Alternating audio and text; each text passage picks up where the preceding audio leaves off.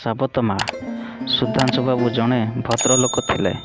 ତାଙ୍କର ଦୁଇଟି ଝିଅ ଓ ସ୍ତ୍ରୀ ସୁନିତା ସହିତ ସହରରେ ରହୁଥିଲେ। ସୁଧାଂଶୁ ବାବୁ କିରାଣୀ ଚାକିରିଟିଏ କରି ଘରର ଗୁଜୁରାଣ ମେଣ୍ଟାଉଥାନ୍ତି। ଚାକିରିରୁ ଅବସର ନେବା ପରେ ବୃଦ୍ଧ ଅବସ୍ଥାରେ ପିଲାମାନଙ୍କର ପାଠପଢ଼ା ସାଙ୍ଗକୁ ପରିବାରର ଗୁଜୁରାଣ ମେଣ୍ଟାଇବା ସମ୍ଭବ ହେଲା ନାହିଁ। ତେଣୁ ସହରରୁ ଗାଁକୁ ଚାଲି ଆସିଲେ। ସ୍ତ୍ରୀର ପରାମର୍ଶ କ୍ରମେ ସମ୍ବଳ ଅଭାବରୁ ବଡ଼ ଝିଅ ମୀନାର ପାଠପଢ଼ା ବନ୍ଦ କରିଦେଲେ। ଏହାପରେ ସୁନିତା ବଡ଼ ଝିଅ ମୀନା ଉପରେ ହୁକୁମ ଚଲାଇବା ଆରମ୍ଭ କରିଦେଲେ। ମୀନାକୁ ଚାକରାଣୀ ପରି ବ୍ୟବହାର କରି ଘରଯାକର ସମସ୍ତ କାମ କରାଉଥିଲେ। ଘର କାମରେ ଛୋଟ ଛୋଟ ଭୁଲରେ ନାନାଦି କଟୁ କଥା ଶୁଣାଉଥିଲେ।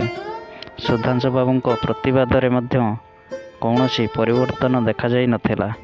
କାରଣ ମୀନା ଜନ୍ମର 6 ମାସ ପରେ ମୀନାର ମା' ଆରପାରିକୁ ଚାଲି ଯାଇଥିଲେ।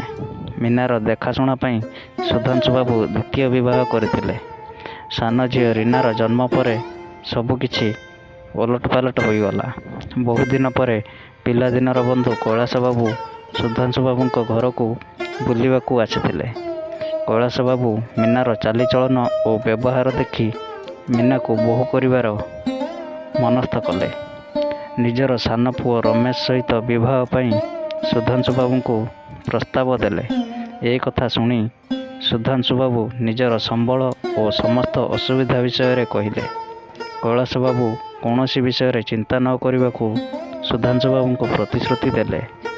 କିଛିଦିନ ପରେ କୈଳାସ ବାବୁ ତାଙ୍କର ସାନ ପୁଅ ରମେଶ ଓ ପୂରା ପରିବାର ମୀନାକୁ ଦେଖିବାକୁ ଆସିଲେ। ରମେଶ ବିଦେଶରେ ଭଲ ଚାକିରିଟିଏ କରିଥାଏ। ରମେଶ ଓ ମୀନା ପରସ୍ପରକୁ ମନୋନୀତ କରିବା ପରେ ବିବାହର ଦିନ ଧାର୍ଯ୍ୟ କରାଗଲା। କିନ୍ତୁ ସାବତ ମା' ସୁନିତା ଏହି ପ୍ରସ୍ତାବରେ ରାଜି ହୋଇନଥିଲେ। ସେ ଚାହୁଁଥିଲେ ରମେଶ ସହିତ ତାଙ୍କ ଝିଅ ରୀନାର ବିବାହ କାର୍ଯ୍ୟ ସମ୍ପନ୍ନ ହେଉ। ନହେଲେ ବାହାଘରଠାରୁ ନିଜକୁ ଦୂରରେ ରଖିବେ। ରୀନା ଓ ସୁଧାଂଶୁ ବାବୁ କୌଣସି କଥାକୁ ଖାତିର କଲେ ନାହିଁ। କାରଣ ଏମାନଙ୍କ ମଧ୍ୟରେ ବୁଝାମଣା ବେଶ୍ ଭଲ ଥିଲା। ବାହାଘରର ପ୍ରସ୍ତୁତି ଧୁମ୍ଧାମରେ ଚାଲିଥାଏ। ଦୁର୍ଭାଗ୍ୟବଶତଃ ହଠାତ୍ ସୁଧାଂଶୁ ବାବୁଙ୍କ ଘରେ ନିଆଁ ଲାଗିଗଲା। ସମସ୍ତେ ବାହାରେ ଥିଲେ। ରୀନା ଓ ତାର ମା' ନିଆଁ ଲାଗିଯାଇଥିବା ଘରେ ରହିଯାଇଥିଲେ। ମୀନା ଏକଥା ଜାଣିପାରି ନିଜ ଜୀବନକୁ ବାଜି ଲଗାଇ ନିଆଁକୁ ଖାତିର ନ କରି ସୁରକ୍ଷିତ ଭାବରେ ଦୁଇଜଣଙ୍କୁ ଉଦ୍ଧାର କଲା। କିନ୍ତୁ ମୀନାର ଶରୀର ଜଳିଯାଇଥିଲା। ଏହି ଘଟଣା ପରେ ସାବତ ମା' ସୁନିତା ନିଜର ଭୁଲ ବୁଝିପାରି ପଶ୍ଚାତାପ କଲେ।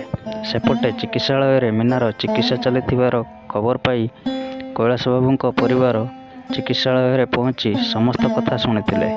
ପୂର୍ବ ନିର୍ଦ୍ଧାରିତ ଦିନ ଶୁଭ ସମୟରେ ଚିକିତ୍ସାଳୟରେ ବିବାହ କାର୍ଯ୍ୟ ସମ୍ପନ୍ନ ହେଲା।